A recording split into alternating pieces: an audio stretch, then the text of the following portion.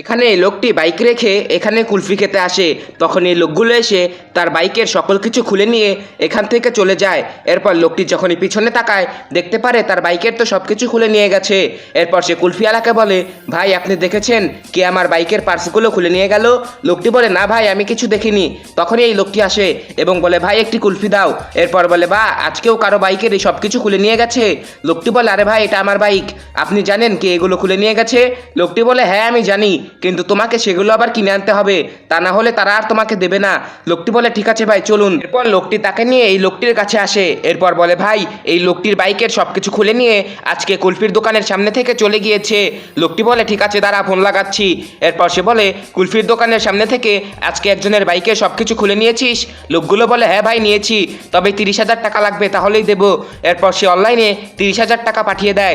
এরপর বলে, ভাই পার্সগুলো কোথায়? লোকটি বলে, সামনে যা পেয়ে যাবি। এরপর লোকটি যখনই সামনে যায় তখন তারা এখান থেকে পালিয়ে যায়।